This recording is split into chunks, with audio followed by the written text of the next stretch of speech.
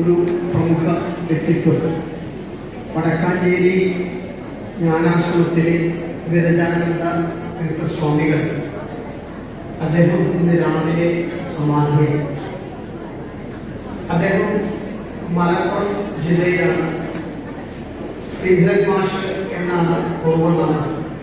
അധ്യാപകനായി കഴിയവരെ ആചാര്യ വിനോദ് ബാബയുടെ ഭൂദാന പ്രസ്ഥാനത്തിന് ആകർഷകയായി അദ്ദേഹം അധ്യാപക ജോലി ഉപേക്ഷിച്ച് പൊതുപ്രവർത്തനത്തിലും തുടർന്ന് വിശ്വഹിന്ദു പരിഷത്തിന്റെ മുഴുവൻ സമയ പ്രവർത്തകനുമായി പ്രവർത്തിച്ച് ഇപ്പോൾ വടക്കാഞ്ചേരി ജ്ഞാനാശ്രമത്തിൽ 40 വർഷമായി ജ്ഞാനാശ്രമത്തിന്റെ മഠാധിപതിയായി. അദ്ദേഹത്തിന് 95 വയസ്സോളം ഉണ്ട്. ശാരീരികമായ വിഷമതകൾ ഉള്ളതുകൊണ്ട് അദ്ദേഹം ഇപ്പോൾ ഉള്ളത് കോഴിക്കോട് നമ്മുടെ ചിദാനന്ദ സ്വാമികളുടെ ആശ്രമത്തിലാണുള്ളത്. ഇന്ന് രാവിലെയാണ് അദ്ദേഹം സമാധിയായത്. ഒരു നിമിഷം അദ്ദേഹത്തിന് വേണ്ടി നമുക്ക്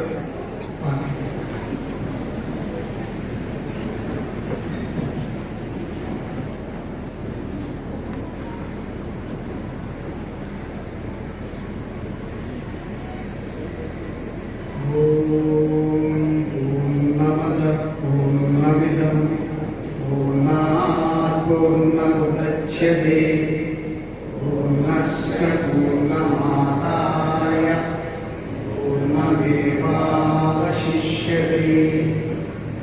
ഓം ശാന്തി ശാന്തി ശാന്തി. നാരായണീയ മഹോത്സവത്തിന്റെ 8ാം ദിവസമായ ഇന്ന് ഈ നടക്കുന്ന അനുമോദ സദസ്സിലേക്ക് സ്വാഗതം ചെയ്യുന്ന കർത്തവ്യമാണ് ഇവിടെ. മഹാമണ്ഡലേശ്വർ ശ്രീ പ്രഭാകരാനന്ദ സരസ്വതി അദ്ദേഹത്തെ ഹൃദയമായി സ്വാഗതം ചെയ്യുന്നു. അഡ്വക്കേറ്റ് മാങ്ങാട് രാമകൃഷ്ണൻ സംസ്ഥാന അധ്യക്ഷൻ, ശ്രീ IV ശശി സംസ്ഥാന സെക്രട്ടറി, ശ്രീ MD വിജയകുമാർ സംസ്ഥാന വർക്കിംഗ് പ്രസിഡന്റ്, ശ്രീ സതീഷ് മേനോൻ ജില്ലാ പ്രസിഡന്റ്, ശ്രീ കണ്ണൻകുട്ടി ജില്ലാ സെക്രട്ടറി, ശ്രീ കൃഷ്ണൻകുട്ടി ജില്ലാ പ്രസിഡന്റ്. ഈ പരിപാടിയുടെ മുഖ്യമായ 2 പേരെ കൂടി സ്വാഗതം ചെയ്യുകയാണ്. പത്മശ്രീ രാമചന്ദ്ര പുലവർ, പ്രസിദ്ധ കലാകാരനും ശ്രീമതി ശോഭാ സുരേന്ദ്രൻ,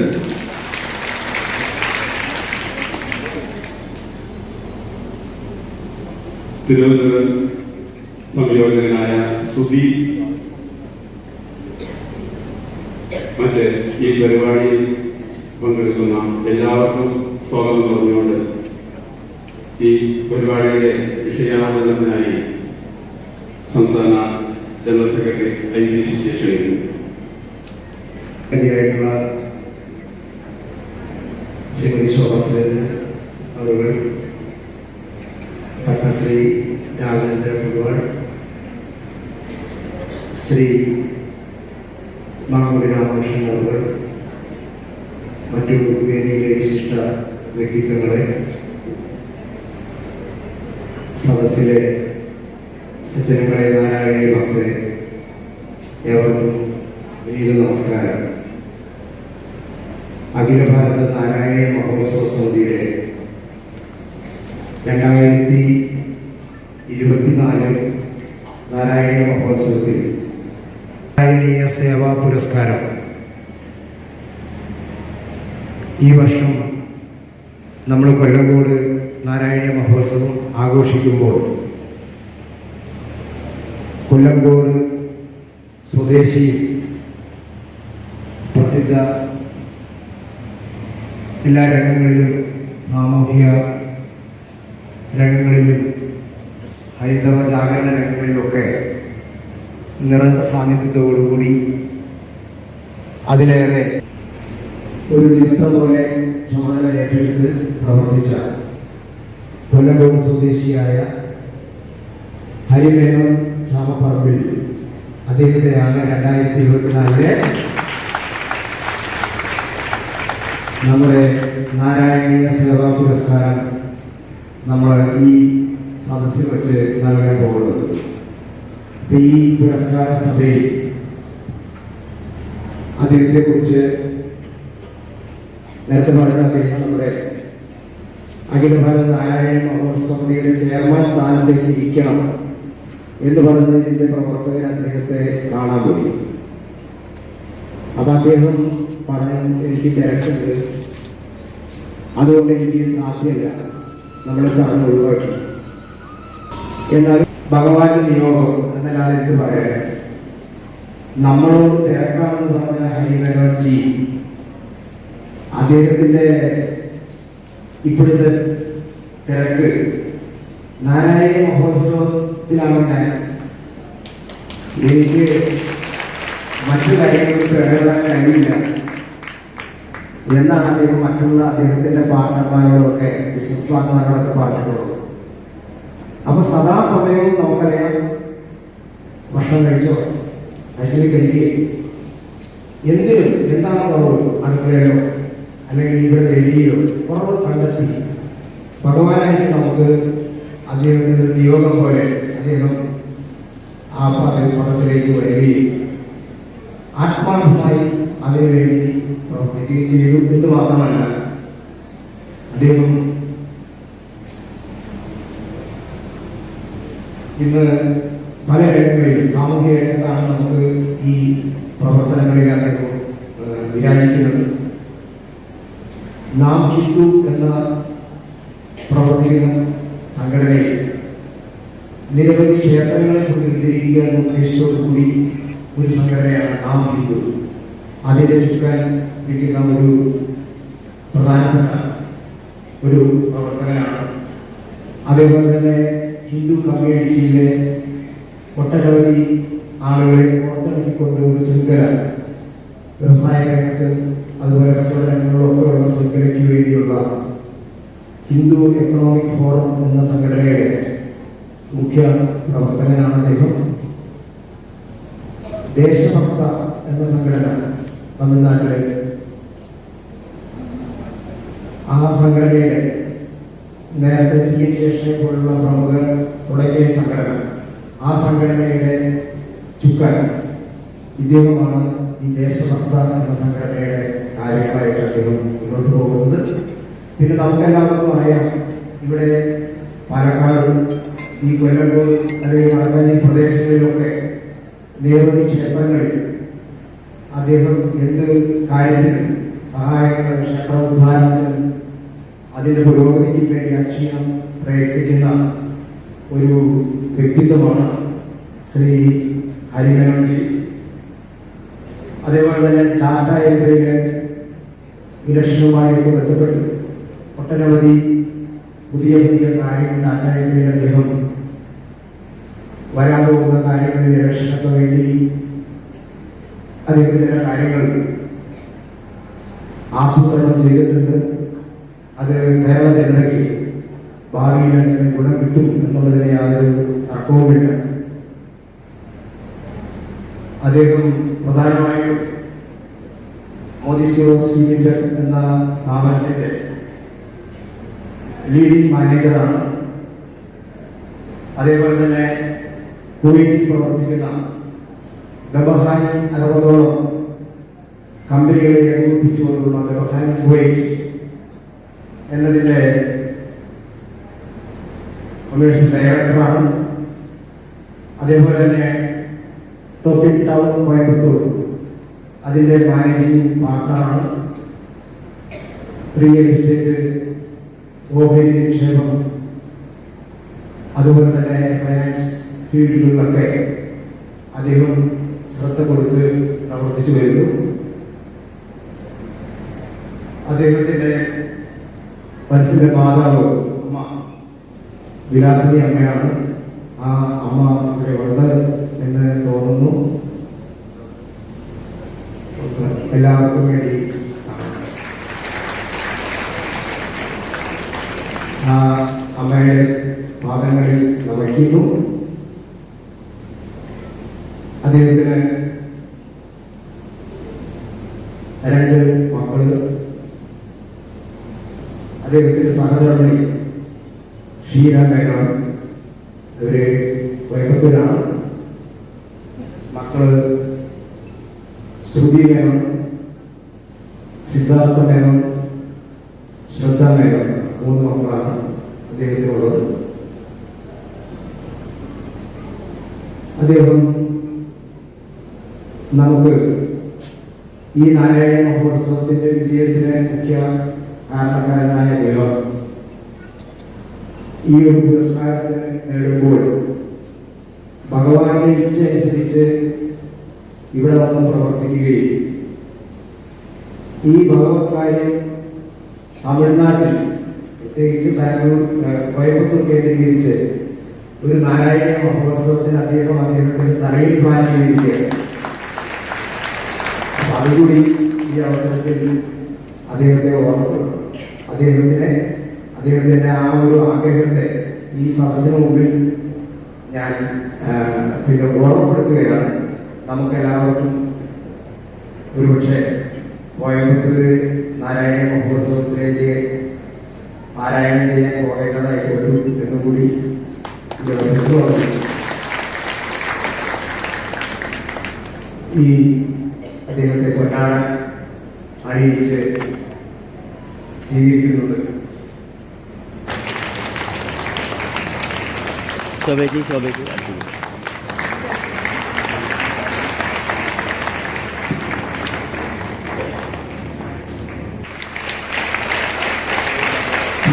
ആകർഷിച്ചുള്ള ആ ബാലവേദികൾ, ആ ബാലകൃതിയുടെ ചെറുപ്പകാലം മുതൽ കുട്ടികളെ സംഘടിപ്പിച്ചു.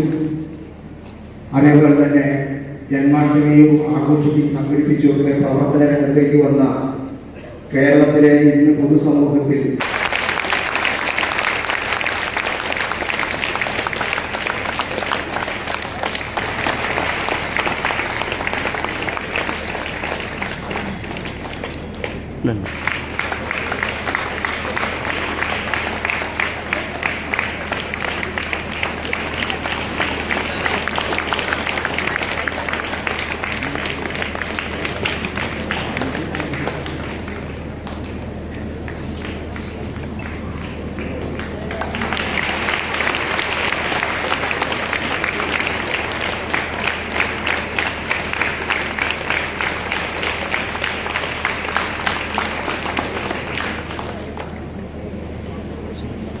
പേരിലുള്ള ശ്രീ സതീഷ് മേനോൻ, ശ്രീ കുമാർജി, ശ്രീ ഹരി മേനോൻ, ഏറ്റവും ആദ്യം പറയേണ്ട പേരിൽ ഒരാളായിട്ടുള്ള സ്വാമിക്ക് ശേഷം പറയേണ്ടിയിരുന്ന പത്മശ്രീ ആരാധനായിട്ടുള്ള രാമചന്ദ്ര പുതുവൻ അവർ,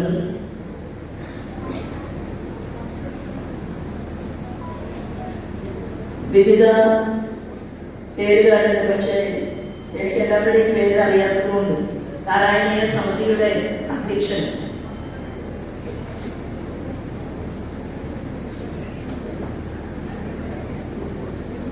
രാമകൃഷ്ണൻ അവർ,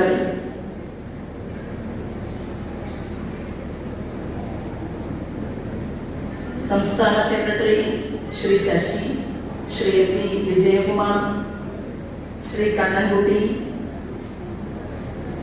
ശ്രീ കൃഷ്ണൻകുട്ടി, ജില്ലയുടെ vice president Shri I V Sasidharan,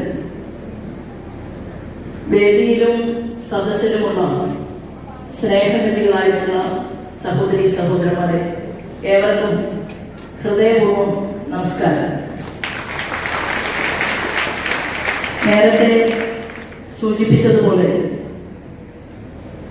ഞാൻ എപ്പോഴും ഇതുപോലെയുള്ള പരിപാവനമായിട്ടുള്ള സ്ഥലങ്ങളിൽ കൂടുതൽ പ്രസംഗിക്കാൻ ഇഷ്ടമുള്ള ഒരാളാണ്. കാരണം ഞാൻ മാതൃകയല്ല, അമ്മ എന്ന രീതിയിൽ നിങ്ങളാണ് മാതൃക. നിങ്ങൾ നിങ്ങളുടെ സർവ്വസമയവും നിങ്ങൾ നിങ്ങളുടെ കുട്ടികൾക്ക് കൊടുത്തിട്ടുണ്ടാകും, നിങ്ങളുടെ വീടിന് കൊടുത്തിട്ടുണ്ടാകും. അത് കഴിഞ്ഞ് നിങ്ങൾ, അല്ലെങ്കിൽ അതിനേക്കാൾ കൂടുതൽ നിങ്ങൾ ഭഗവാൻ കൃഷ്ണന് കൊടുത്തിട്ടുണ്ടാകും. അപ്പോൾ നിങ്ങളാണ് മാതൃക. എനിക്ക് പല കാര്യങ്ങളിലും കുറവുകളുണ്ട്. എന്നാൽ ചില ശരികളിലൂടെ യാത്ര ചെയ്യാൻ എനിക്ക് ഭഗവാന്റെ അനുഗ്രഹം സിദ്ധിച്ചിട്ടുണ്ട് എന്നത് മാത്രമാണ്.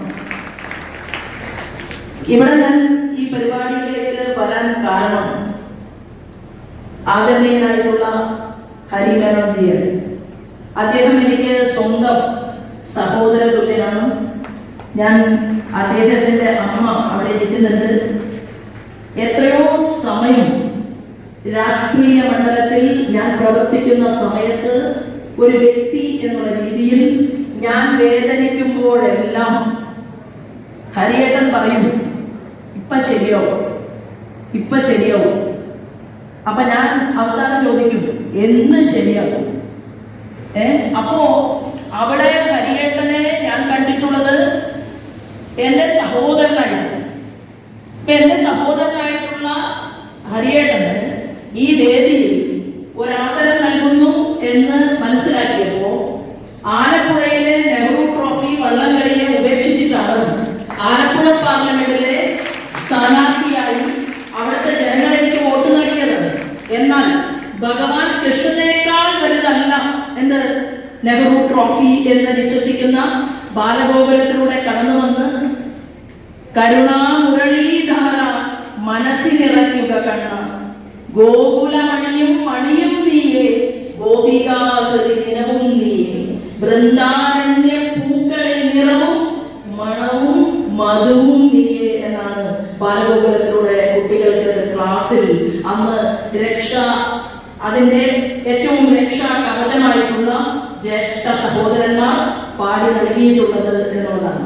അപ്പൊ അതുകൊണ്ട് നാരായണീയത്തിന്റെ മഹത്വത്തെ കുറിച്ച് ഇവിടെ അത് നാരായണീയം വായിക്കുകയും ഹൃദിസ്ഥമാക്കുകയും ഒരുപാട് സ്ഥലങ്ങളിൽ അത് അവതരിപ്പിക്കപ്പെടുകയും ഒക്കെ അവതരിപ്പിക്കുകയും ചെയ്ത ആളുകളുടെ ഇടയിൽ നാരായണീയത്തെ കുറിച്ച് പറയാൻ ഞാൻ ആളല്ല.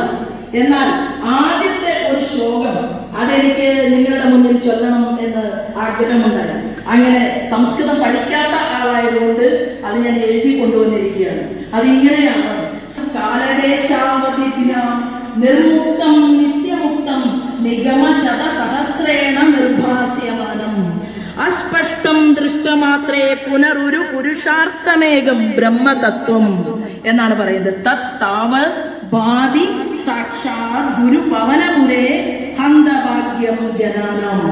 ഗുരുവായൂർ അമ്പലത്തില് ചെന്ന് നിൽക്കുന്ന സമയത്ത് ആ ഭഗവാനെ നോക്കിയിട്ട് പറയുകയാണ്, ഇതിൽ പരം ഭാഗ്യമിനി എന്താണ് ഉണ്ടാകേണ്ടത് എന്നാണ് ആ ശ്ലോകത്തിൽ അവസാന ഭാഗത്ത് നിന്ന് തുടങ്ങിയാൽ എന്ത് ഭാഗ്യമാണ് ഇനി വേണ്ടത്? എന്താ കാരണം? ഇടമുറിയാത്ത ആനന്ദത്തിന്റെ അമൃതവർഷമാണ് ഭഗവാൻ എന്നാണ് പറയുന്നത്. അപ്പൊ ഇടമുറിയാത്ത ആനന്ദം, സാന്ദ്രാനന്ദാവബോധാത്മകം അനുപമമിതം, കൃഷ്ണനായിട്ട് ഉപമിക്കാൻ കൃഷ്ണൻ മാത്രമേ ഉള്ളൂ എന്നതാണ്. ഗുരുവായൂരപ്പനോട് ഉപമിക്കാൻ വേറൊന്നുമില്ല, ഗുരുവായൂരപ്പൻ മാത്രമാണ്. അതെന്താണ്? കാലത്തിനും ദേശത്തിനും അതീതമാണ് കൃഷ്ണൻ. കൃഷ്ണൻ കാലത്തിനും ദേശത്തിനും അതീതമാണ്. അത് നിർമുക്തമാണ്, നിത്യമുക്തമാണ്, എല്ലാത്തിൻ്റെയും ഉപരിയായിട്ടുള്ളതാണ്. നിഗമ ശതസഹസ്രേണ നിർഭാസ്യമാനം എന്ന് പറയുമ്പോൾ ആയിരക്കണക്കിന്, അല്ലെ, തെളിഞ്ഞ് എങ്ങനെ വേണമെങ്കിലും പറയാം. അതായത് തെളിഞ്ഞ് കത്തുന്ന ഒരു വിളക്ക് ആയിരക്കണക്കായി കത്തുന്നത് പോലെ നമുക്ക് വേണമെങ്കിൽ ഉപമിക്കാം. നമ്മളുടെ മനസ്സിനകത്തുള്ള അജ്ഞാനത്തെ ഇല്ലായ്മ ചെയ്തുകൊണ്ട് ഒരു വലിയ വെളിച്ചമായിട്ട് നമ്മുടെ മനസ്സിനകത്തേക്ക് ഊർന്ന് വീഴുന്നതായിട്ട് നമുക്ക് ഈ ഗുരുവായൂരപ്പനെ കുറിച്ച് മനസ്സിലാക്കാം. അപ്പൊ എന്താണത്? അത് നിർമുക്തമാണ്, നിത്യമുക്തമാണ്, നിഗമ ശതസഹസ്രേണ നിർഭാസ്യമാനം എന്ന് പറയുന്ന സമയത്ത് ദൃഷ്ടമാത്രേ, അല്ലെ, അസ്പഷ്ടം ദൃഷ്ടമാത്രേ, അതായത് ഏറ്റവും കൂടുതൽ സ്പഷ്ടമായിട്ടുള്ള, കാണുമ്പോൾ തന്നെ ആന്തരികമായിട്ടുള്ള, എങ്ങനെയാണത്? അതാണ് അഹം ബ്രഹ്മാസ്മി. 41 41 ദിവസം വ്രതമെടുത്തിട്ട് ശബരിമലയിൽ അയ്യപ്പസ്വാമിയെ കാണാൻ വേണ്ടി ചെല്ലുന്ന അയ്യപ്പൻ താഴെ നിന്ന് അങ്ങോട്ടേക്ക് പടി 18 കയറിയിട്ട് ചെല്ലുന്ന സമയത്ത് അവിടെ എഴുതി വെച്ചിട്ടുണ്ട്, അഹം ബ്രഹ്മാസ്മി തത്വമസി.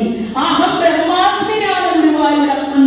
അപ്പൊ ഗുരുവായൂരപ്പനെ കാണുമ്പോ ദൃഷ്ടമാത്രേ, നമ്മൾ കണ്ട ഉടനെ അത് ആന്തരികമായിട്ടുള്ള നേത്രങ്ങൾ കൊണ്ട് അനുഭവിക്കണമെന്ന് സ്വാമിജിമാരൊക്കെ അത് എക്സ്പ്ലെയിൻ ചെയ്യുമ്പോൾ എങ്ങനെയാണ് ആന്തരികമായിട്ടുള്ള അനുഭവം എന്ന് പറയുന്നത്, അതിലേക്ക് നമ്മൾ മുഴുകുകയാണ്.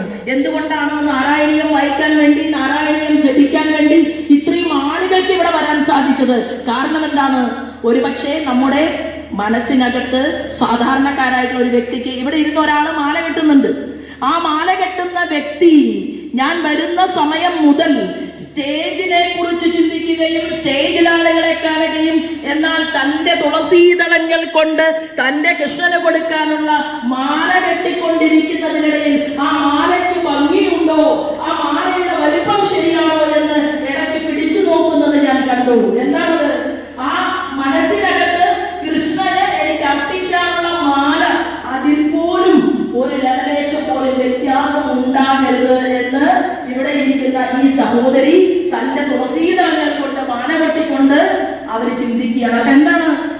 സാക്ഷാൽ ഗുരുഭവനപുരേ, സാക്ഷാൽ ഗുരുവായൂരിനേക്കാൾ ഗുരുവായൂരപ്പനേക്കാൾ എന്താണ് ഇനി നമുക്ക് ഇതിൽ പരം ഭാഗ്യം എന്താണ് എന്ന് ചോദിച്ചുകൊണ്ടാണ് ആദ്യത്തെ ശ്ലോകം. എനിക്കത് പെർഫെക്റ്റ് ആയിട്ട് ഞാൻ നിങ്ങളുടെ മുന്നിൽ, നിങ്ങൾ എനിക്ക് പെർഫെക്റ്റ് ആയിട്ട് അത് പറഞ്ഞു തരും. എന്താണ്?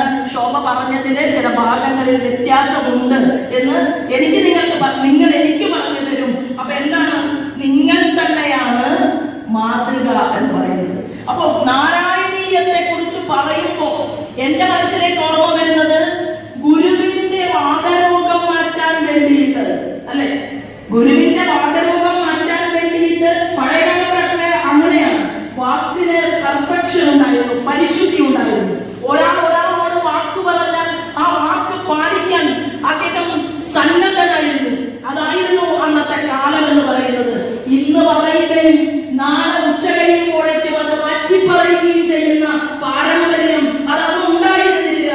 അന്ന് ഗുരുവിന്റെ രോഗത്തെ ഞാൻ വേണമെങ്കിൽ ആവാഹിച്ചെടുക്കാൻ കൃഷ്ണ എന്ന് പറഞ്ഞുകൊണ്ട് പ്രാർത്ഥിച്ച മേൽപ്പത്തൂർ നാരായണ ഭട്ടതിരിപ്പാട് അവിടെ നിന്ന് കാൽനടയായി നടന്നു വന്ന് ഗുരുവായൂരപ്പന്റെ മുന്നിലെത്തിയിട്ട് അവിടെ ഇരുന്നു കൊണ്ട് നാരായണീയം അദ്ദേഹം എഴുതിയപ്പോൾ ആ കൃഷ്ണനെ കുറിച്ച്, കൃഷ്ണന്റെ തലമുടിയെ കുറിച്ച്, ആ നെറ്റിത്തടത്തെ കുറിച്ച്, ആ കർണാഭരണത്തെ കുറിച്ച്, അത് കവിളിലിങ്ങനെ കർണാഭരണം തട്ടിക്കളിക്കുന്നതിന്റെ പരിശോഭനെ കുറിച്ച് നാരായണീയം രചിച്ചിട്ടുള്ള ഭട്ടതിരിപ്പാടിന് എഴുതാൻ സാധിച്ചു. കൃഷ്ണന്റെ അതിമനോഹരമായിട്ടുള്ള ഗളത്തെ കുറിച്ച്, കഴുത്തിനെ കുറിച്ച്, അങ്ങനെ കൃഷ്ണന്റെ മനോഹരമായ വക്ഷസ്ഥലത്തിൽ മിന്നിക്കളിക്കുന്ന പരിലസിക്കുന്ന തുളസീതളത്തെ കുറിച്ച്, അദ്ദേഹത്തിന്റെ തണുത്ത കാൽത്തുടകളെ കുറിച്ച് അദ്ദേഹം പറഞ്ഞത് ബ്രഹ്മാണ്ഡം തന്നെയാണ് മഹാവിഷ്ണുവിന്റെ കാൽത്തുടകളിൽ ഒളിപ്പിച്ചു വെച്ചിട്ടുള്ളത് എന്ന് പറഞ്ഞ, ആർക്കും എന്ത് കൊടുക്കാൻ സാധിക്കുന്ന കൃഷ്ണനെ കുറിച്ച് പറഞ്ഞ് അവസാനം കാൽമുട്ടിനെയും അതുപോലെ തന്നെ പാദത്തെയും പാതാരവിന്ദത്തെയും ഒക്കെ പറഞ്ഞ് നമ്മുടെ മനസ്സിനകത്തേക്ക് കൃഷ്ണൻ എന്ന് പറയുന്ന ആ മഹാവിഷ്ണുവിന്റെ രൂപത്തെ സന്നിവേശിപ്പിച്ചു തന്നത് വാദരോഗിയായിട്ടുള്ള നാരായണ ഭട്ടതിരിപ്പാടാണ്. എന്തിനു വേണ്ടിയിട്ടാണ് വാദത്തെ ആവാഹിച്ചെടുത്തത്? തന്റെ ഗുരുവിന് വേണ്ടിയിട്ടാണ്. ആ ഗുരുനാഥന്റെ വാദരോഗം എനിക്ക് തരൂ എന്ന് പറഞ്ഞ് കൃഷ്ണനോട് കരഞ്ഞ് വാദരോഗം ഇരന്നു വാങ്ങി. പിന്നെ ആ വേദനയിൽ നിന്ന് മോചനം നേടാൻ വേണ്ടി ഗുരുവായൂർ അമ്പലത്തിൽ വന്നിരുന്ന നാരായണ ഭട്ടതിരിപ്പാടിന് കൃഷ്ണനെ കാണാൻ സാധിച്ചുവെങ്കിൽ നിങ്ങൾക്കും എനിക്കും കൃഷ്ണനെ കാണാൻ സാധിക്കുന്നുണ്ട് എന്നുള്ളത് കൊണ്ടാണ് ഞാൻ എന്റെ ശാസ്ത്രജ്ഞനായിട്ടുള്ള മകന് ലളിതാ സഹസ്രനാമം ചൊല്ലാൻ പഠിപ്പിച്ചു.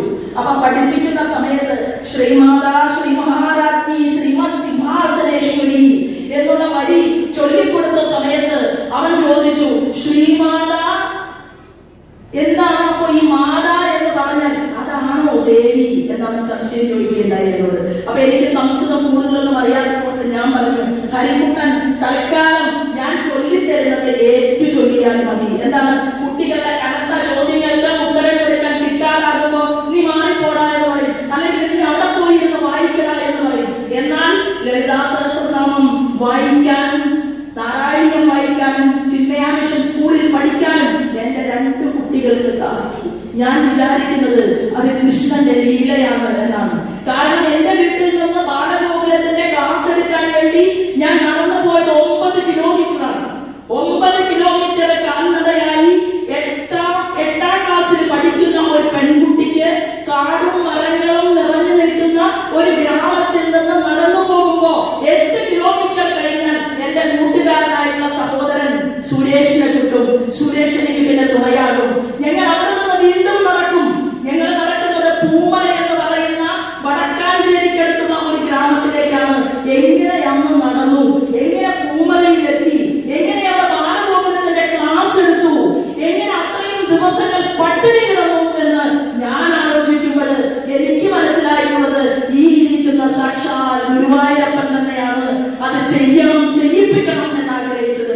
ആ സുരേഷിന് ഡൽഹിയില് നന്നായി പഠിച്ച് സുരേഷ് അവിടെ മിനിസ്റ്ററുടെ സെക്രട്ടറി ആയിട്ട് വലിയ വർഷങ്ങളായിട്ട് ഡൽഹിയില് ജോലി ചെയ്യുകയാണ്. അങ്ങനെ സുരേഷ് എന്നെ, ഞാൻ ഗുരുവായൂരപ്പന്റെ ഒരു ചെറിയ അനുഭവം പറയാനാണ് ഇത് പറയുന്നത്. ഇതല്ല ഇവിടെ പറയുന്നത് എന്ന് എനിക്കറിയാം, എന്നാലും ഞാൻ പറയുകയാണ് അമ്മമാരോട്.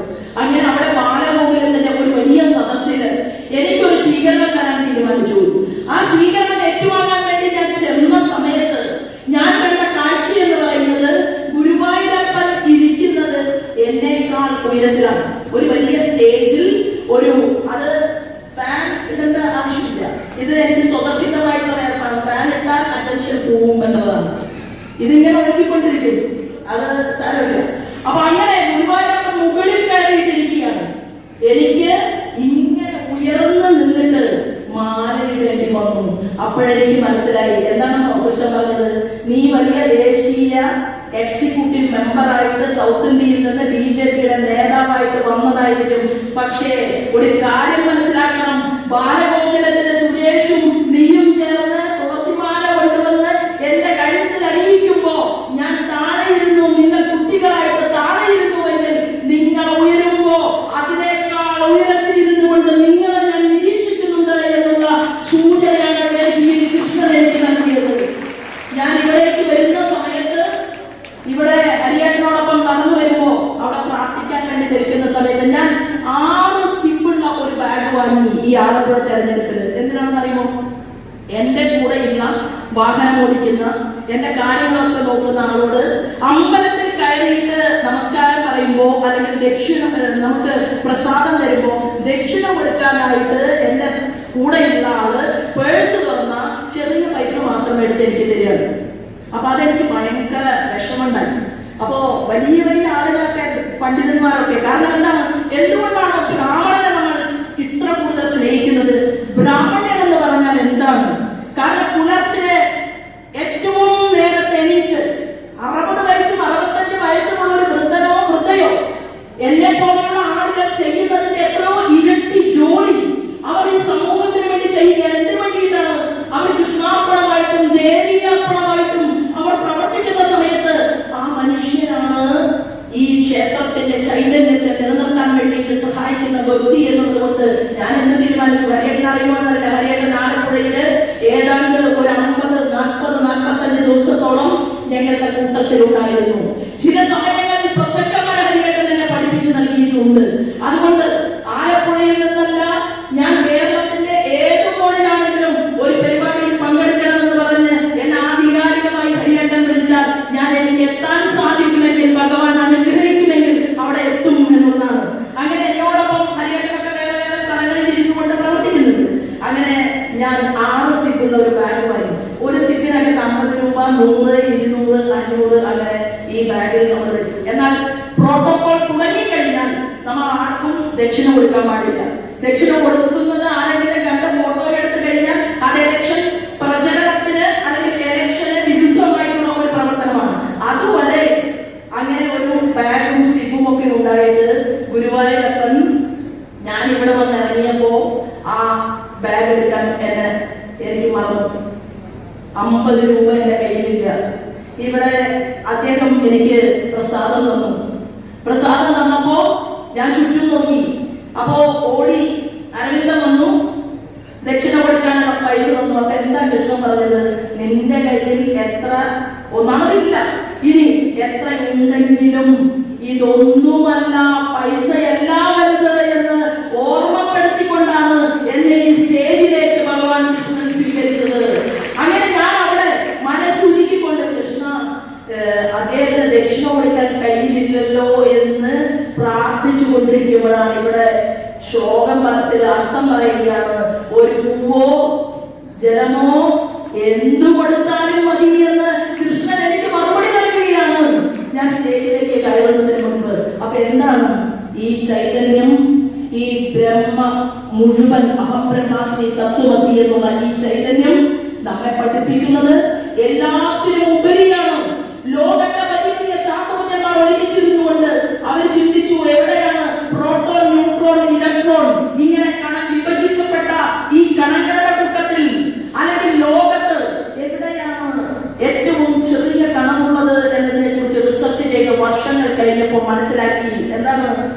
ദൈവ കണമുണ്ട് എന്ന് മനസ്സിലാക്കി. അതാ ചർച്ച വന്നു. എത്രയോ ആളുകൾ, സയന്റിസ്റ്റുകൾ ഒരുമിച്ചിരുന്നുകൊണ്ട് അവർ ഈ വിഷയത്തെ കുറിച്ച് ഗഹനമായിട്ട് പഠിക്കുകയും പരിശോധിക്കുകയും ചെയ്തു. അപ്പൊ ആ ദൈവ കണം എന്ന് പറയുന്നത് നമ്മൾ വിളിക്കുന്ന ഈ ദേവനെ മനസ്സിനകത്തേക്കും ശരീരത്തിനകത്തേക്കും ആവാഹിച്ചുകൊണ്ട് നാരായണീയ സമിതി പ്രാർത്ഥന മാത്രം നടത്തിയാൽ മതിയോ എന്ന ഒരൊറ്റ ചോദ്യം ഉന്നയിക്കാൻ വേണ്ടിയിട്ടാണ് ഞാൻ അതിന്റെ ബാക്ക്ഗ്രൗണ്ട് പറഞ്ഞത്. ഒരു സിനിമ ആളുകൾ ചെയ്യുമ്പോൾ ആ സിനിമയിൽ നല്ല പാട്ടുണ്ടാകും, നല്ല കഥയുണ്ടാവും, നല്ല അഭിനേത്രിയും അതുപോലെ തന്നെ നല്ല ആക്ടറും, ഏറ്റവും നല്ല അഭിനയിക്കുന്ന നടൻ അല്ലെങ്കിൽ നടി ഒക്കെ ഉണ്ടാകും അല്ലെ. അങ്ങനെ എല്ലാം ചേരുന്ന സമയത്താണ് അതൊരു നല്ല സിനിമയായിട്ട് മാറുന്നത്. നമ്മുടെ കൈരളി ഭൂമി കേരളം അത് നല്ല രീതിയിൽ നമ്മുടെ മുന്നിൽ ദൃശ്യവൽക്കരിക്കപ്പെടണമെങ്കിൽ ഇവിടെ ആധ്യാത്മിക സാധനയിലൂടെ നിങ്ങൾ വളർത്തിയെടുക്കുന്ന കാര്യങ്ങൾ നിങ്ങളുടെ ഗ്രാമങ്ങളിലെ എത്ര കുട്ടികളിലേക്ക് എത്തുന്നു എന്നുള്ളതാണ് അതിന് ഏറ്റവും ഒന്നാമത്തെ റിസൾട്ട് എന്ന് പറയുന്നത്.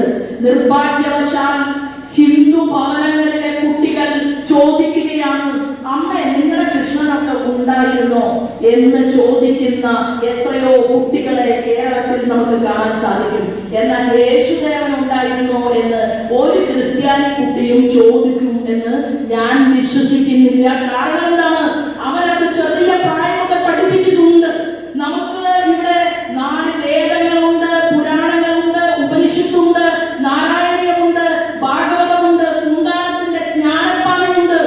എല്ലാം ഉണ്ടായിട്ടും വാല്യൂ ബേസ്ഡ് എഡ്യൂക്കേഷൻ ക്ലാസ് മുറികളിൽ നമ്മുടെ കുട്ടികൾക്ക് പഠിപ്പിക്കണമെന്ന് ആഗ്രഹമുള്ള, അല്ലെങ്കിൽ അത്തരത്തിലൊരു സിലബസ് വേണമെന്ന് പറഞ്ഞ് ഒരു സമരം ചെയ്യാൻ ആഗ്രഹമുള്ള ആളുകളുടെ എണ്ണം കുറവുണ്ട് എന്നുള്ളതാണ്. അതുകൊണ്ടാണ് സാക്ഷാൽ ഗുരുവായൂരിലെ പവനപുരിയിലെ കൃഷ്ണന്റെ തൊട്ടടുത്ത് ആ ക്ഷേത്ര കവാടത്തിനടുത്ത് ചിക്കൻ കൊണ്ടുവന്ന് കറി വെച്ചത്. വേണ്ട എന്ന് കൃഷ്ണൻ ആഗ്രഹിക്കുന്നത് എന്തിനാണ് അങ്ങോട്ടേക്ക് കൊണ്ടുവന്നത് എന്നതാണ് ചോദ്യം. അതിന് വേറെ സ്ഥലമുണ്ടല്ലോ, അതിന് വേറെ വീടുകളുണ്ടല്ലോ.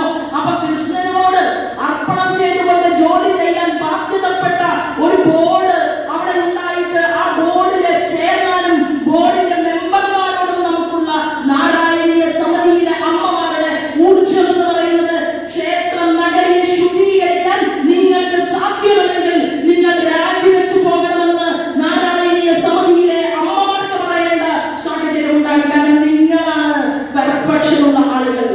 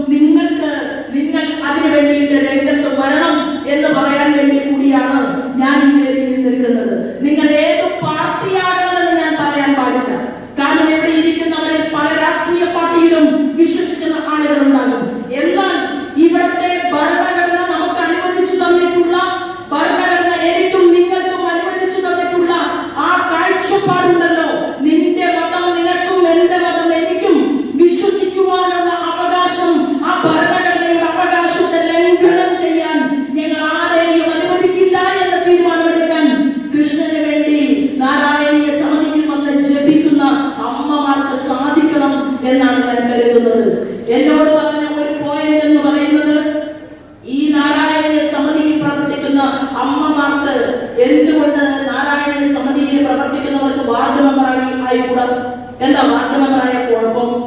എന്താ തെരഞ്ഞെടുപ്പിൽ മത്സരിച്ചാൽ കുഴപ്പം?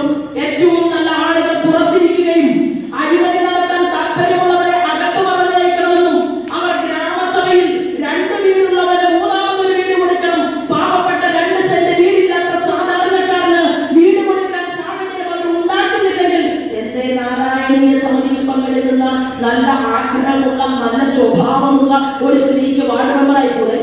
അല്ലെങ്കിൽ ജില്ലാ പഞ്ചായത്ത് മെമ്പറായിക്കൂടെ? ബ്ലോക്ക് പഞ്ചായത്ത് മെമ്പറായിക്കൂടെ? വേൾഡ് ലെവൽ MLA ആയിക്കൂടെ? നിങ്ങളുടെ ആയിരക്കണക്കിന് 10,000-കണക്കിന് ലക്ഷക്കണക്കിന് വരുന്ന ആളുകൾ ഒരുമിച്ച് ചേർത്തുകൂടെ?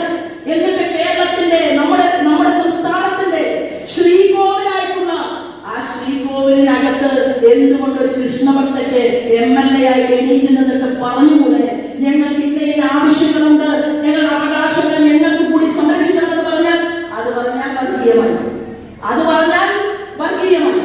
എന്നാൽ പള്ളിയിലെ കാര്യം ജാഫർക്ക് പറയാമെങ്കിൽ, ക്രിസ്ത്യൻ പള്ളിയിലെ കാര്യം പാപ്പച്ചേട്ടന് പറയാമെങ്കിൽ, എന്തുകൊണ്ടാണ് രാമന്റെയും കൃഷ്ണന്റെയും കാര്യം പറയാൻ ഇവിടെ ഹിന്ദു സഹോദരന് പാടില്ലാത്തത്?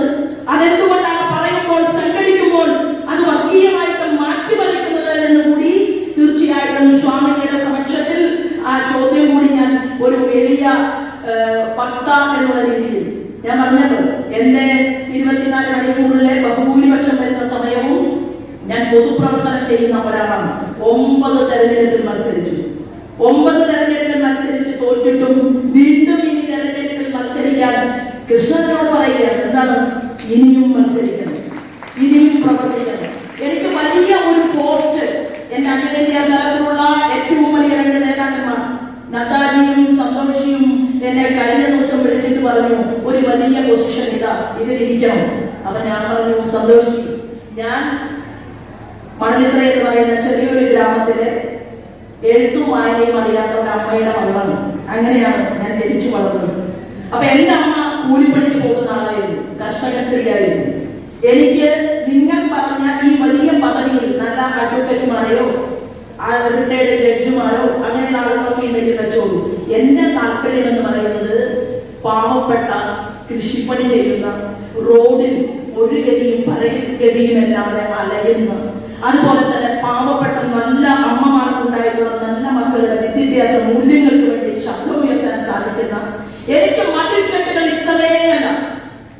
അങ്ങനെ മതിൽക്കെട്ടുകൾക്കകത്തിൽ നിന്നുകൊണ്ട് വരട്ടുന്ന വരയിലൂടെ യാത്ര ചെയ്യാൻ താല്പര്യമില്ലാത്ത എന്നെ അതിൽ നിന്ന് ഒഴിവാക്കണം എന്ന് ഞാൻ പറഞ്ഞിട്ടുണ്ടെങ്കിൽ എന്റെ കൃഷ്ണൻ അറിയാതെ എനിക്കത് പറയാൻ സാധിക്കില്ല എന്നതാണ്. വലിയ നേതാക്കന്മാരാണ്.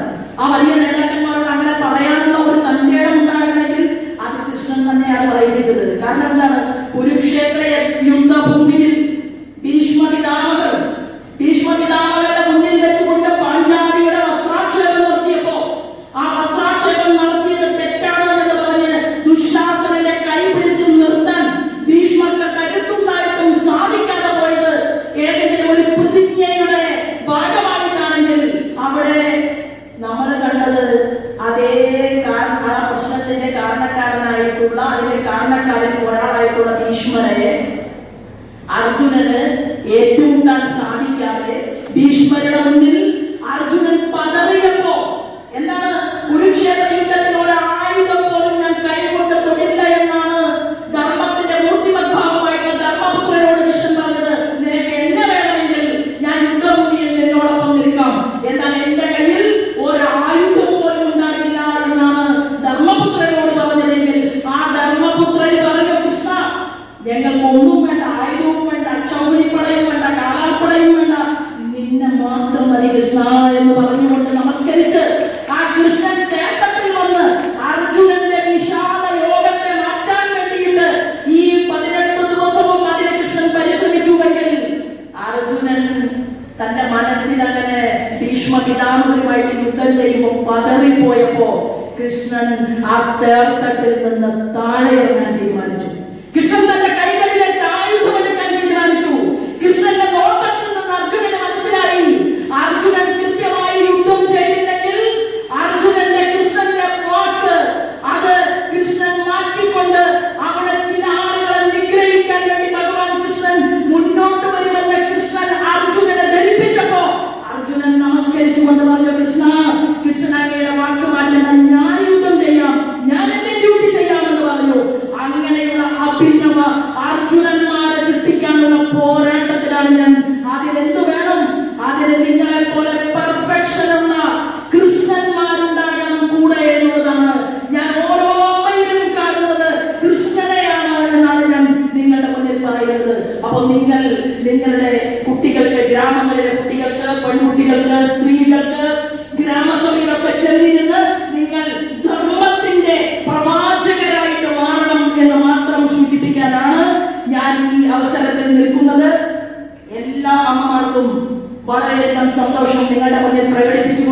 കാരണം നിങ്ങളുടെ ജപവും നിങ്ങളുടെ മന്ത്രങ്ങളും നിങ്ങളുടെ പുഷ്പാർച്ചനയും എല്ലാം അതിനെല്ലാം തന്നെ നേതൃത്വം കൊടുക്കുന്ന ആരാധനായിട്ടുള്ള മഹാമണ്ഡലേശ്വര സ്വാമിജി ഈ വേദിക്കകത്തുണ്ട്. അപ്പൊ തീർച്ചയായിട്ടും ഞാൻ സന്തോഷത്തോടു കൂടിയിട്ട് ഏതാനും ചില കാര്യങ്ങൾ നിങ്ങളുടെ മുന്നിൽ പറഞ്ഞു എന്ന് മാത്രമേ ഉള്ളൂ. എന്നെ ഇവിടെ വിളിച്ചതിനും ഇത്തരത്തിൽ ഒരു അവസരം നൽകിയതിനും ഹൃദയപൂർവ്വം നന്ദി അറിയിച്ചുകൊണ്ട് ധനത്തിന്റെ, അതായത് ധന മന തന അല്ലെ, തന ധന, അപ്പൊ ഏറ്റവും അത് മാറ്റി മാറ്റി പറഞ്ഞു, മനസ്സിലായില്ലേ? അപ്പൊ ഞാൻ പറയാൻ ആഗ്രഹിച്ചത്, ഇവിടെ ഇരിക്കുന്ന ഹരിയേട്ടന്റെ അമ്മയോട് എനിക്ക് പറയാനുള്ളത്, ഒരു അനുജത്തി എന്നുള്ള രീതിയിൽ എന്നെയൊക്കെ എങ്ങനെയെങ്കിലും വളർത്തി നന്നാക്കാൻ സാധിക്കുമോ? എങ്ങനെ നന്നാക്കാൻ സാധിക്കുമോ? ഏതെങ്കിലും നല്ല ഒരു ചുമതലയിൽ ജയിപ്പിച്ചിരുത്താൻ സാധിക്കുമോ എന്ന് കരുതിക്കൊണ്ട് ഹരിയേട്ടൻ ആ ലീവൊക്കെ എടുത്ത് ആലപ്പുഴയിലേക്ക് കുറെ ദിവസം വന്നു. അത് കഴിഞ്ഞപ്പോൾ ഒരു ദിവസം വിളിച്ചപ്പോ എന്നോട് ഹരിയേട്ടൻ പറഞ്ഞു, ഇനി ഞാൻ 3 മാസം എന്റെ ഹോട്ടൽ പണിയല്ലാതെ എന്റെ ജോലി ഒരുപാട് കണക്കുകളെല്ലാം അങ്ങോട്ടും ഇങ്ങോട്ടുമായിട്ട് കിടക്കുകയാണ്, എനിക്കിനി വേറെ ഒരു കാര്യമില്ല, അതെല്ലാം ഒന്ന് ഓർഡർ ആക്കണം എന്നോട് പറഞ്ഞു. ഞാൻ ഉള്ളിൽ ചിരിച്ചു. അങ്ങനെ ഓർഡർ ആക്കണമെന്ന് പറഞ്ഞ ഹരിയേട്ടനാണ് ഈ വേദിയിൽ ഇപ്പൊ വന്ന് ഇത്രയും ദിവസം ഈ ഭഗവാനോടൊപ്പം ചിലവഴിച്ചത് എന്ന് പറയുന്ന സമയത്ത് ഹരിയേട്ടൻ അമ്മയ്ക്കും, അമ്മ ഇവിടെ ഹരിയേട്ടന് അവാർഡ് പറഞ്ഞപ്പോൾ ഹരിയേട്ടനെ കുറിച്ച് സംസാരിക്കുമ്പോൾ അമ്മ അവിടെ കരയുന്നത് ഞാൻ കണ്ടു, അമ്മ കരയുന്നതും കണ്ടു തുടങ്ങിയത് ഞാൻ കണ്ടു. അപ്പൊ അത് ആനന്ദാശ്രുവാണ്. കാരണം മക്കളെന്ന് പറയുന്നത് സമൂഹത്തിന്, വ്യക്തിയിൽ നിന്ന് സമൂഹത്തിലേക്ക്, വ്യക്തിയിൽ നിന്ന് സമഷ്ടിയിലേക്ക് അങ്ങനെ യാത്ര ചെയ്യാൻ അമ്മയുടെ മകന് സാധിച്ചു എന്നുള്ളതും, അതുപോലെ തന്നെ ശ്രീകുമാർജി എനിക്ക് വേണ്ടി ഫേസ്ബുക്കിൽ പോസ്റ്റ് ഇട്ട ഒരാളാണ്, ഞാൻ അറിഞ്ഞിട്ടില്ല. അങ്ങനെ കുറെ വഴക്കുകൾ ശ്രീകുമാർജിയും മഹാരാഷ്ട്രയിലെ മറ്റുള്ള പാർട്ടിയിലെ ആളുകളും ഒക്കെ ആയിട്ട് ഉണ്ടാക്കിയെന്ന് അദ്ദേഹം എന്നോട് പറഞ്ഞു. അപ്പോൾ ഈ 2 പേരെയും ഇവിടെ കാണാനും ഇവർക്കൊരു ആദരം കൊടുക്കാനും ഈ 2 ചേട്ടന്മാരുടെയും അനുജത്തിയായിട്ടുള്ള എനിക്ക് സാധിച്ചു എന്നുള്ളതിൽ ഞാൻ ഹൃദയപൂർവ്വം ഭഗവാനോട് നന്ദി അറിയിച്ചുകൊണ്ട് ഞാൻ നിങ്ങളുടെ മുന്നിൽ ഏതാനും ചില കാര്യങ്ങൾ വെച്ചു. അതിൽ കുറേ കാര്യങ്ങൾ ആവശ്യമില്ലാത്തതായിരിക്കും എന്ന് എനിക്കറിയാം, കാരണം ഞാൻ ഇങ്ങനത്തെ പ്രഭാഷകയല്ലല്ലോ.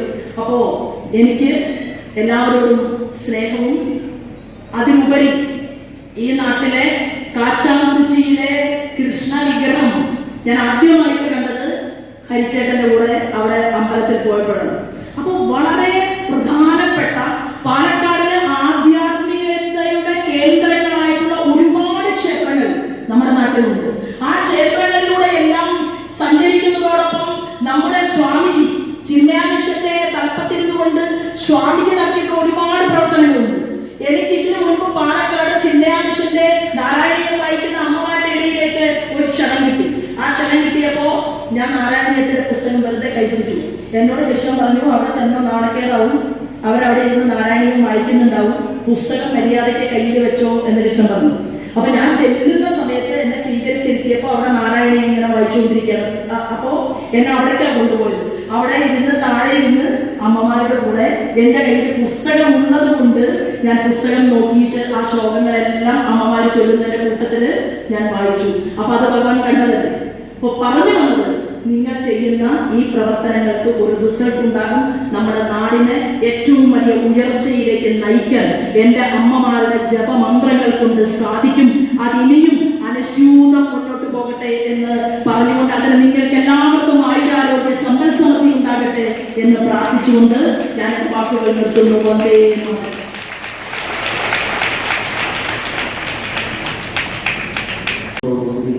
പ്രഭാഷണം നടത്തിയ സ്വാഗതത്തിന് അവർ അതുപോലെ രീതിയിലുള്ള മഹനീയമായ സാന്നിധ്യങ്ങളെ ഭാരതീയ അന്വേഷണമാണ്. ഞാൻ കഴിഞ്ഞ 24-ാം തീയതി ഇവിടെ ആചാരസഭയിൽ എത്തേണ്ടവനായിരുന്നു. പക്ഷെ ഒരു നിയോഗം പോലെ, കൃഷ്ണന്റെ ഒരു നിയോഗം പോലെ എനിക്ക് ബാംഗ്ലൂരിൽ വെച്ച് കഴിഞ്ഞ 22-ാം തീയതി ഒരു ആയുഷ് ടിവിയുടെ ഒരു എക്സലൻസി അവാർഡ്, ഞാൻ പാവക്കൂത്ത് കമ്പരാമായണ കഥയിലൂടെ രാമായണവും മഹാഭാരതവും പാവക്കൂത്ത് രൂപത്തിൽ എല്ലാ ഇടങ്ങളിലേക്കും എത്തിച്ചുകൊണ്ട് ലോകത്തിന്റെ നാനാഭാഗങ്ങളിൽ എത്തുന്ന കലാകാരനായതുകൊണ്ട് അതിനുള്ള അവാർഡായിരുന്നു എനിക്ക് തന്നത്. പക്ഷെ ആ അവാർഡ് കഴിഞ്ഞ ശേഷം 22-ാം തീയതി മുതൽ 29-ാം തീയതി വരെ ഭാരതത്തിലെ തോൽപ്പാവക്കൂത്തിന്റെ കലാകാരന്മാരുടെ സംഘം വർഷാവർഷവും ബാംഗ്ലൂരിലോ ഡൽഹിയിലോ ബോംബെയിലോ കൂടാറുണ്ട്. എല്ലാ കലാകാരന്മാരുടെ പ്രശ്നങ്ങൾ എന്താണ്? നാം എല്ലാം ചെയ്യുന്നത് ഭക്തിയോട്, ഭക്തിശ്രദ്ധ, ബഹുമാന വിനയത്തോടു കൂടി എല്ലാം ചെയ്തു വരുന്നുണ്ട്. എന്താ പറയുക, നമ്മുടെ കലയിലൂടെ രാമായണത്തിലൂടെയും മഹാഭാരതത്തിലൂടെയും സന്ദേശങ്ങൾ എത്തിക്കുക. അപ്പൊ ഈ നാരായണീയത്തിന്റെ ഒരു സംഘാടന സമിതി രൂപീകരിച്ച സമയത്ത് ഞാൻ പറയുന്നുണ്ടായി, ഞാൻ മേൽപ്പത്തൂരിന്റെ ഒരു പാപം നാടകം ചെയ്തുകൊണ്ട് ഞാൻ അവതരിപ്പിക്കാൻ വാക്ക് കൊടുക്കുന്നുണ്ടായി. പിന്നെയാണ് ഒരു നിയോഗം പോലെ ഭഗവാൻ പറയുന്നുണ്ടായി, നീ എന്റെ മുന്നിൽ വെച്ചുകൊണ്ടല്ലേ പറഞ്ഞ നാരായണീയ കഥ ആദ്യം ഗുരുവായൂരപ്പന്റെ സന്നിധിയിൽ കാണിച്ചതിന് ശേഷമല്ലേ മറ്റുള്ള രീതിയിൽ കാണിക്കുവാൻ പാടുള്ളൂ, ഇതുപോലെ നാരായണ സഭയൊക്കെ കാണിക്കുവാൻ പാടുള്ളൂ. അതുകൊണ്ട് ആദ്യം അവിടെ കാണിക്കുമെന്ന് പറയുകയും, എനിക്ക് വേറെ എന്താ പറയുക, പ്രധാനമന്ത്രി നരേന്ദ്രമോദിജി പറഞ്ഞു, ഇവിടെ പറഞ്ഞു, അത് ശെൽമിയെ കുറിച്ച് കഥിക്കണം. അവർ കൃഷ്ണഭക്തയായിരുന്നു. അവൾ ഗുജറാത്തിലെ മേഡ എന്ന ഗ്രാമത്തിൽ ജനിച്ച അവൾ എങ്ങനെ കൃഷ്ണഭക്തയായി എന്നും അതുപോലെ തന്നെ അവളുടെ ജീവിതചരിത്രം എന്തെല്ലാം ത്യാഗങ്ങൾ സഹിച്ചു. അവളുടെ ജീവിതത്തിൽ കൃഷ്ണഭക്തയായതുകൊണ്ട് അവളുടെ കല്യാണത്തിന് പോലും അവളുടെ കഥ വായിച്ചവർക്കറിയാം, അത് പറയത്തില്ല സമീപം കൊണ്ട്. അപ്പൊ അങ്ങനെ ഒരു കഥ ചെയ്യണമെന്നായി. അപ്പൊ അദ്ദേഹമാണ് അദ്ദേഹത്തിന്റെ സമയത്ത് അമേരിക്കയിലായിരുന്നു. അപ്പൊ അതുകൊണ്ട് അടുത്ത മാസം 15 ഒക്ടോബർ 15 കഥ ചെയ്തുകൊണ്ടാണ് കാണിക്കണമെന്ന് ഹിന്ദിയിൽ ചെയ്ത് കാണിക്കണമെന്നായി. അപ്പൊ അതിന്റെ തയ്യാറെടുപ്പ് കാരണം 29 ബാംഗ്ലൂർ നിൽക്കേണ്ട ആവശ്യമുണ്ട്. അവിടെ പാവക്കൂത്ത് കലാകാരന്റെ സംഗമമാണ്. ഇങ്ങനെയുള്ള പ്രശ്നങ്ങൾ എന്തൊക്കെയാണ്? ഓരോ കലാകാരൻ സുന്ദരകാണ്ഡത്തിൽ ഭാഗങ്ങൾ കാണിച്ചുകൊണ്ട് അവിടെ അവതരിപ്പിക്കുകയും ആ അവതരണത്തിലൂടെ എന്തെല്ലാമാണ് പോരായ്മകൾ, എന്തെല്ലാം അറിവുകൾ ജനങ്ങൾക്ക് കൊടുക്കുവാൻ പറ്റും എന്നുള്ള ഒരു വിഷയമായിരുന്നു. അപ്പൊ എന്റെ മനസ്സ് പറഞ്ഞു, നീ ഇവിടെ എത്തണം, നീ വാക്ക് കൊടുത്തതല്ലേ, നീ ഇവിടെ എത്തണം. ഇന്ന് കൃഷ്ണന്റെ ആ അറിവുപാട് നിമിത്തമാണ് ഞാൻ ഇന്നലെയാണ് ബാംഗ്ലൂരിൽ എത്തിയത്. അപ്പൊ അതുകൊണ്ട് ഇന്ന് പങ്കെടുക്കുവാൻ സാധിച്ചതിൽ അതിയായ സന്തോഷമുണ്ട്. ഇന്ന് നാളെ മുതൽക്ക് എനിക്ക് വേറെ കഥ എന്താ അസേനീയമായ കഥയിലേക്ക് പോകണം, അത് പൂർത്തിയാക്കണം, മോചികളിൽ അവതരിപ്പിക്കണം. നിങ്ങളുടെ ആഗ്രഹം കൂടിയുണ്ട്. ഞാൻ പറഞ്ഞു വരുന്ന കാര്യം എന്താണെന്ന് ഞാൻ വിചാരിക്കുന്നതല്ല ജീവിതത്തിൽ നടക്കുക. കാശാന്തും മരണാമുക്തിയും പുത്രസന്നിധോ, നാം എല്ലാം മോക്ഷപ്രാപ്തിക്ക് വേണ്ടിയാണ്. അത് നാം ചെയ്യുന്ന കർമ്മഫലങ്ങളെല്ലാം തന്നെ മോക്ഷത്തിന് വേണ്ടി കാശിയിൽ ചെന്ന് കഴിഞ്ഞാൽ എല്ലാം മോക്ഷപ്രാപ്തി കിട്ടുമെന്ന് പറയാം. കാശബ്ദവും ചാരണം മാത്രമാണ് ദുരിതവും യാതിപാതക പുനഃപ്രവേശ വിദ്യാലയം രാമനാമം തിരി എന്ന് പറയാം. അപ്പൊ നിങ്ങളെല്ലാം തന്നെ ഈ പാരായണം ചെയ്തതിലൂടെ എല്ലാവരും തന്നെ മോക്ഷപ്രാപ്തിയിലേക്ക് എത്തിയിരിക്കുകയാണ്. ആ ചൈതന്യം ഓരോരുത്തരുടെ ഭവനങ്ങളിലും നിങ്ങളിലും ഉണ്ട്. ആ ചൈതന്യത്തെ ഇനിയും എല്ലാവരിലേക്ക് എത്തിക്കണം. നേരത്തെ പറഞ്ഞവരെ കോയമ്പത്തൂരിലും ബോംബെയിലേക്ക് പോകണം.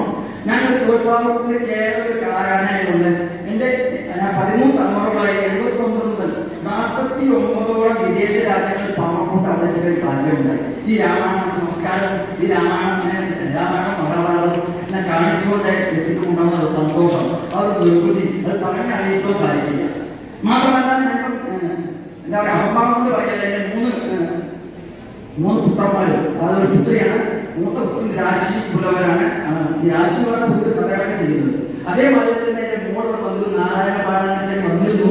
ആ സമയം ഞാൻ ബാംഗ്ലൂരിലായിരുന്നു. അപ്പൊ അവളും ഈ സ്ത്രീ സമത്വം, equality four woman environment stories, എങ്ങനെ സ്ത്രീകൾക്ക് ഇതുമാതിരി ആയിക്കൂടാ. അപ്പൊ ഞാൻ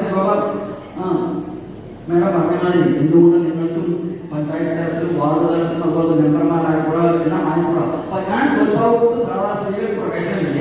അപ്പൊ ആ ഒരു പരാമർശം കാരണം ഞാൻ എന്താ പറയുക, സ്ത്രീകളെ ഇതിനകത്ത് ഉൾപ്പെടുത്തുകയും അങ്ങനെ സ്ത്രീകളിലൂടെ പല വേദികളിലും എൻ്റെ കലാരൂപം എത്തിച്ചുകൊണ്ട് ആ സന്ദേശങ്ങൾ എത്തിച്ചുകൊണ്ട് ഓരോരോ ഭവനങ്ങളിലും എത്തിക്കുക എന്നതാണ് എൻ്റെ ആശയം. ആ ആശയം ഇപ്പോൾ എൻ്റെ കുടുംബവും ശിഷ്യന്മാരും എല്ലാവരും ചേർന്നുകൊണ്ട് പൂർത്തീകരിച്ചു വരുന്നുണ്ട്. അത് അതിയായ സന്തോഷമുണ്ട്. എന്നെ ഞാൻ ഇന്ന് ഈ വേദിയിൽ പങ്കെടുക്കുവാൻ ഒരു മഹാഭാഗ്യമായി കാണുന്നു. അതുപോലെ തന്നെ നമ്മുടെ എല്ലാവർക്കും ഇവിടെ ഞാൻ ആദരിക്കപ്പെട്ടവർക്ക് അവർ ആദരവ് നേടുമ്പോൾ ഉണ്ടാകുന്ന മനസ്സിന്റെ സന്തോഷം ഈ ജീവിതത്തിൽ എന്നും ഓർമ്മിക്കാവുന്ന ഒരു സന്തോഷം കൂടിയാണ്. എനിക്ക് പത്മശ്രീയേക്കാൾ വലിയൊരു അംഗീകാരമായി ഞാൻ കാണുന്ന രാജാവായി കാണുന്നു. ഈ വേദിയിൽ നിന്നുകൊണ്ട് നിങ്ങളെയൊക്കെ കാണുവാനും അതുപോലെ നിങ്ങളോട് വാക്ക് പറയുവാനുള്ള ഈ ഒരു അവസരം ഉണ്ടാക്കി തന്നതിൽ അതിയായ സന്തോഷമുണ്ട്. എപ്പോഴും ഞാൻ നിങ്ങളോടൊപ്പം ഉണ്ടായിരിക്കും എന്നുകൂടി ഞാൻ ഓർമ്മിച്ചുകൊണ്ട് അടുത്ത വർഷം ഇവിടെ നടക്കുന്നു. ഈ സമയത്ത് നാരായണത്തിന്റെ മേൽപ്പത്തൂരിന്റെ ഈ നാരായണനെ പാരായണം ചെയ്യുന്ന അത് തോൽപ്പാവക്കൂത്തിലൂടെ അവതരിപ്പിച്ചുകൊണ്ട് ഞാൻ രീതിയിൽ അവതരിപ്പിക്കുമെന്ന് വാക്കുകൾ തന്നുകൊണ്ട് ഞാൻ എൻ്റെ എൻ്റെ വാക്ക് അവസാനിപ്പിക്കുന്നു. എൻ്റെ ഏറ്റവും വലിയ സന്തോഷം കൊണ്ട് അറിയാൻ ഭാഗ്യമുണ്ട്. എല്ലാവരുടെ ഭാവങ്ങളും നേർന്നുകളും നന്ദി, നമസ്കാരം. 12 പ്രയാഗരാജിൽ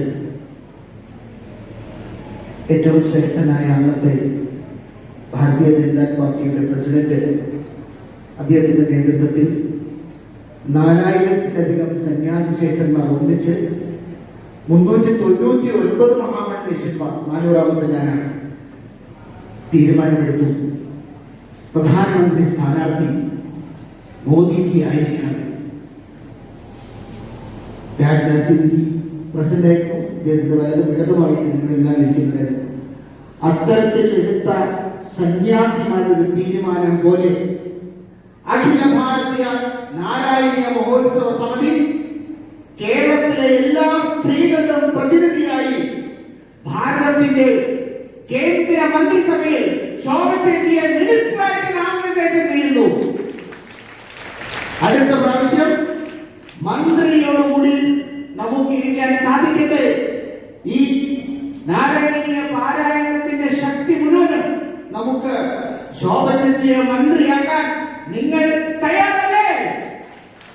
അല്ലേ? ഭാരത് മാതാ കീ. മഹോത്സവ കമ്മിറ്റിക്കും ആ ഒരു ചടങ്ങ് നിർവഹിക്കാൻ വേണ്ടി ഇവിടെ ഞങ്ങളുടെ ക്ഷണിതം സ്വീകരിച്ചിവിടെ എത്തിയ ശ്രീമതി ശോഭാ സുരേന്ദ്രവർക്കും എന്റെ മനസ്സ് നിറഞ്ഞ് നന്ദി. ഈ ഒരു അവാർഡിനെ കുറിച്ച് ഞാൻ കുറച്ച് ദിവസമായി കേൾക്കാൻ തുടങ്ങിയിട്ട് ഇതിനിപ്പോ ഈ അവാർഡ് കിട്ടാൻ പോകേണ്ടത് അപ്പൊ തുടങ്ങി ഞാൻ ആലോചിക്കാൻ ഞാനിത് എന്ത് ചെയ്തിട്ടാണ് ഇങ്ങനെ ഒരു അവാർഡ് കിട്ടുന്നത്. ഞാനായിട്ട് ഒന്നും ചെയ്തിട്ടില്ല. ഒരു 2 മാസം മുമ്പ് ഞങ്ങൾ 22 പേര് യുവത്തിരിക്കുന്ന മെമ്പേഴ്സ് ഞങ്ങൾ ഈ അയ്യപ്പങ്കാവ് ക്ഷേത്രത്തിൽ പോയിട്ട് ഒരു ഓഫീസ് വെച്ചിട്ട് അതിന് പ്രവർത്തനങ്ങൾ നടത്തി. അതിപ്പോ ഇങ്ങനെയൊക്കെ ആയിത്തീർന്നു. 8ാമത്തെ ദിവസമാണ് ഇത് നമ്മൾ ഇവിടെ കൂടുന്നത്. അപ്പൊ ഇങ്ങനെയൊക്കെ ആയിത്തീർന്നതിന് എന്നെക്കാട്ടും ഒരു പങ്ക് ഈ പറഞ്ഞ 22 മെമ്പേഴ്സിന്റെ ടീമിനാണ്. അതുകൊണ്ട് ഈ അംഗീകാരം ഞാൻ അവർക്ക് സമർപ്പിക്കുന്നു. പക്ഷേ ഈ 22 പേര് എന്ത് ചെയ്തു എന്ന് പിന്നെ ആലോചിക്കുമ്പോ വാസ്തവത്തിൽ അവാർഡ് കിട്ടാൻ പറ്റിയ വിധത്തിൽ ഞങ്ങളൊന്നും ചെയ്തിട്ടില്ല. ഈ ഇവരുടെ സമിതി വന്നിട്ടുണ്ടല്ലോ, ഇവർക്ക് സ്വാമിജി ഗുരുജി ഇവരുടെ സമിതി വന്നിട്ട് അവര് കുറച്ചൊരു റോഡ് മാപ്പ് ഉണ്ടാക്കി തന്നു, കുറച്ച് നിർദ്ദേശങ്ങൾ തന്നു. അതനുസരിച്ച് ഞങ്ങൾ പ്രവർത്തിച്ചു. അത് ഇവിടേക്ക് എത്തി. അപ്പൊ ഇതിന്റെ ശരിക്കുള്ള അവാർഡ് കിട്ടുന്നത് ഈ സംഘാടകർക്കാണ്, ഈ സ്വാമിജി ഗുരുജിയുടെയും ടീമിനാണ്. അപ്പൊ ഞാൻ ഈ അവാർഡ് നിങ്ങൾക്ക് സമർപ്പിക്കുന്നു. പക്ഷേ സംഘാടകര് എന്ത് ചെയ്തു എന്ന് ചോദിച്ചാൽ അവിടെയും ഒരു ചോദ്യമുണ്ട്. അങ്ങനെ കാര്യമായിട്ടൊന്നും ചെയ്തിട്ടില്ല. പിന്നെ എങ്ങനെ ഇത് നടന്നു? 7 ദിവസം ഇത്ര നാമജപങ്ങളും ഇത്ര ആയിരക്കണക്കിന് ജനങ്ങൾ വരലും അവർക്കുള്ള പ്രാർത്ഥനകളും നാമജപങ്ങളും ഹോമങ്ങളും എല്ലാം നടത്തിയത് പിന്നെ ആരെങ്കിലും പറയാൻ പറ്റോ? അതാ അവിടെ ഇരിക്കുന്നത് 6 നേരം നമ്മൾ പൂജിക്കുന്ന ആ സാക്ഷാൽ നാരായണൻ അങ്ങോരുടെ കൃപ കൊണ്ടാണ് ഇതെല്ലാം നടത്തിക്കുന്നത്. നമ്മളൊക്കെ ഒരു നിമിത്തം. ഞങ്ങൾക്കൊരു കോള് വന്നു 22-ാം തീയതി മുതൽ 29 ഞാനിവിടെ ഗായത്രി മണ്ഡപത്തിലുണ്ട്, നടന്നോളൂ അവിടേക്ക് എന്ന് പറഞ്ഞത്. ഞങ്ങൾ വന്നു. അങ്ങനെയല്ലോ ശ്രീകുമാർജിയൊക്കെ ബോംബെയിൽ നിന്ന് വന്ന് അങ്ങോട്ടൊരു വിളി കിട്ടി. അങ്ങനെ വിളി കിട്ടി വന്നവരെണ്ണം നിങ്ങളെല്ലാവരും. അത് എറണാകുളത്ത് നിന്നാണെങ്കിലും പട്ടാമ്പിൽ നിന്നാണെങ്കിലും പാലക്കാട് എവിടെ വന്നവർക്കാണെങ്കിലും അങ്ങനെ ഒരു വിളി വന്നതുകൊണ്ടാണ് വന്നേക്കുന്നത്. അവിടെ നിന്ന് വിളിയില്ലാണ്ട് ഒരൊറ്റ ആൾക്ക് ഇതിൻ്റെ ഉള്ളിൽ കിടക്കാൻ പറ്റുമോ? അപ്പൊ നമ്മളെല്ലാം നിമിത്തം അത് ഭാഗ്യം ചെയ്തവരാണ് നമ്മൾ. നമ്മുടെ കർമ്മഫലം കൊണ്ടാണ് നമ്മൾക്ക് ഈ ഒരു 8 ദിവസം ഇവിടെ. ഇപ്പൊ ഇതിന് നമ്മൾ യൂസ് ചെയ്ത് കഴിയുന്ന നാളെ ആലോചിച്ച് നോക്കൂ. ഈ പെരുമാൾ കൊണ്ട് പോകുന്ന നാളെ അത് എങ്ങനെ നമ്മൾ സഹിക്കുന്ന ആലോചിക്കാൻ കഴിയും. അപ്പൊ ഇതെല്ലാം ഒരു നിമിത്തം മാത്രം. നമ്മൾ അതിൽ ഭാഗമായിട്ട് നമ്മുടെ എല്ലാവരുടെയും ഭാഗ്യം. ശോഭാജയെ എത്തിയിട്ട് 2 വാക്ക് ശോഭാജയെ കുറിച്ച് എനിക്ക് പറയണം. കലിയുഗത്തിൽ സനാതനധർമ്മം എങ്ങനെ പാലിക്കണം എന്ന് നമുക്ക് പഠിക്കണമെങ്കിൽ ഒരു സ്ത്രീ എന്ത് ചെയ്യണം, സ്ത്രീയുടെ ധർമ്മം എന്താണ് എന്ന് കാണിച്ചു തന്ന ഒരേ ഒരു വനിതാ ലീഡറാണ് നമ്മുടെ. വീട്ടിലിരുന്നിട്ട് രാമ രാമ രാമ പറഞ്ഞ കാര്യമാവോ? ഇറങ്ങി പ്രവർത്തിക്കണം. എല്ലാവരും ഇറങ്ങി പ്രവർത്തിക്കണം. അതായത് എല്ലാവരും നാളെ രാഷ്ട്രീയത്തിൽ ചേർന്നല്ല. അവനോന്റെ മേഖലയിൽ അവനോൻ എന്ത് ചെയ്യുന്നോ ആ മേഖലയിൽ അവനോൻ സനാതന ധർമ്മത്തോടെ പ്രവർത്തിക്കണം. അതൊരു വരും തലമുറയ്ക്ക് ഒരു എക്സാമ്പിൾ ആവണം. ഈ പറഞ്ഞിരിക്കുന്ന ഏകദേശം ഒരു 50 വയസ്സിന് മീതെ ഉള്ളവരാ. നമ്മുടെ പ്രവർത്തന മേഖലയല്ല. ഈ നാരായണത്തെ കുറിച്ച് ഭാഗവതത്തെ കുറിച്ചുള്ള സാരം മനസ്സിലാക്കി അത് വരും തലമുറയ്ക്ക് മനസ്സിലാക്കി കൊടുക്കണം. പക്ഷേ അത് മനസ്സിലാക്കി പ്രവർത്തനത്തിലുണ്ടെങ്കിൽ മാത്രമേ ഈ വരും തലമുറ നിങ്ങൾ പറഞ്ഞ് കേട്ടുള്ളൂ. നമുക്ക് പ്രചനങ്ങൾ നടത്താം, നമുക്ക് പറഞ്ഞു കൊടുക്കാം. പക്ഷെ നമ്മുടെ പ്രവർത്തനം അതുമായി അല്ലെങ്കിൽ അത് നടക്കണമെന്നില്ല. ഇന്നാളെ ഇതേ ഒരു ഉത്സവത്തിന്റെ പേരിൽ ഞാൻ ഒരാളെ വിളിക്കാൻ പോയപ്പോ, ഒരു വീട്ടിൽ വിളിക്കാൻ പോയപ്പോ അങ്ങോട്ട് പറഞ്ഞു രാമകഥ നടത്തണം വീട്ടില്. ഏകദേശം 4 കൊല്ലം ഇക്കൊല്ലം രാമകഥ നടത്തണം. ഞാൻ വിചാരിച്ചു അങ്ങോട്ട് വല്ല അസുഖം വന്നിട്ടാവായിരിക്കും, ദൈവത്തിന്റെ കൃപ കൊണ്ട് അസുഖം മാറി. അപ്പൊ രാമകഥ നടത്തുമായിരിക്കില്ല. അപ്പൊ നേരിട്ട് ചോദിക്കാൻ പറ്റില്ല. അപ്പൊ house your health, everything okay എന്ന് ചോദിച്ചു. എങ്ങനെയുണ്ട് ഹെൽത്ത്? എല്ലാവർക്കും ഓക്കെ ആണോ? എന്റെ ഹെൽത്തിന് എന്താ കുഴപ്പം? ഒരു കുഴപ്പമില്ല. 4 കൊല്ലമായിട്ട് കേസ് നടക്കുക. അനിയന്റെ കേസാ, സ്വത്തിന്റെ കേസാ. നമ്മളിങ്ങനെ ജയിച്ചു. അതുകൊണ്ട് രാമകഥ നടത്താൻ എന്താ ചെയ്യാ? അനിയന്റെ കേസ് സ്വത്തിന്റെ കാര്യത്തിന് കൊടുത്ത ഏട്ടൻ രാമകഥ കേൾക്കുന്നത് പോലും എന്താ കാര്യം? എന്താ ഇപ്പോൾ ഈ രാമകഥ കേട്ടിട്ട്? അത് ഞാൻ പറഞ്ഞു വരുന്നത് നമ്മുടെ പ്രവൃത്തിയും നമ്മൾ പറയുന്നതും ഒന്നായിരിക്കണം. നമ്മൾ സത്യത്തിനോട് മാത്രമേ നിൽക്കാൻ പാടുള്ളൂ. നിങ്ങളെ കണ്ടിട്ടാണ് വളരുന്നത്. സത്യം, write is right, might is not right. സത്യം അത് എത്ര വലിയ പൈസക്കാരാണെങ്കിൽ എത്ര വലിയ ശക്തിമാനാണെങ്കിൽ അത് തെറ്റാണെങ്കിൽ തെറ്റാണ് എന്നുള്ളൊരു എക്സാമ്പിൾ ആയിട്ട് വേണം നിങ്ങൾ മുന്നോട്ട് പോകാൻ. പക്ഷേ തെറ്റിന്റെ ഒപ്പം നിന്ന് കർണന്റെ എന്താ ഗതി? ഭീഷ്മപിതാമഹന്റെ എന്താ ഗതി? 21 ദിവസം കടന്നില്ലേ ശിരശയ്യയില്? അപ്പൊ ഇത് എവിടെയാണെങ്കിലും ആ ഒരു തെറ്റിന്റെ ഒപ്പം നിൽക്കരുത്.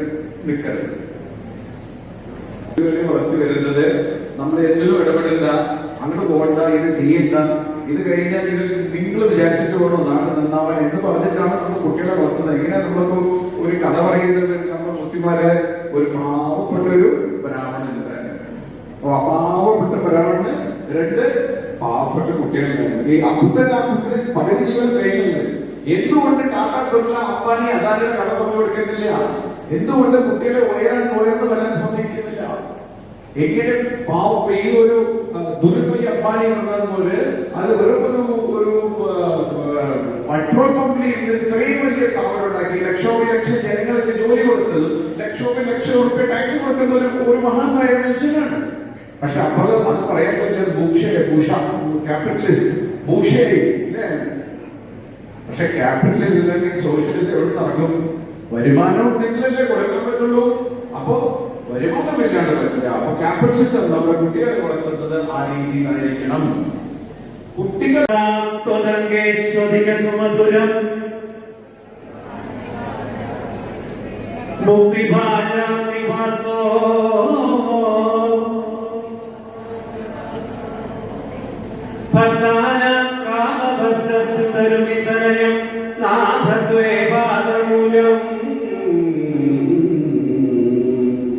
നിത്യം ചിത്തസ്ഥിതം മേ പവനപുരവതേ കൃഷ്ണ കാരുണ്യ സിന്ധോ കൃഷ്ണ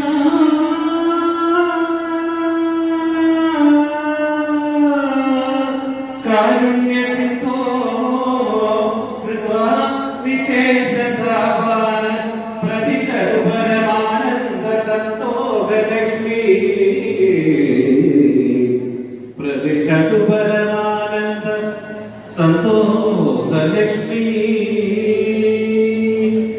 അജ്ഞാത്മാത്തേ മഹത്വം യതികതികതിദം വിശ്വനാഥ ക്ഷമേദ സ്തോത്രം ചൈത സരസ്വതരമധികതരം ത്വൽപ്രസാദായ ഭൂയാ ദ്വേധാനായനീയം ശ്രുതിശുഷകരുഷസ്തുത്യതാ വർദ്ധനേന സ്ഫിതം ലീലാമദാരി വേദമിക ഗുരുദാ ആയുരാരോഗ്യ സൗഖ്യം സർവത്ര ആയുരാരോഗ്യ സൗഖ്യം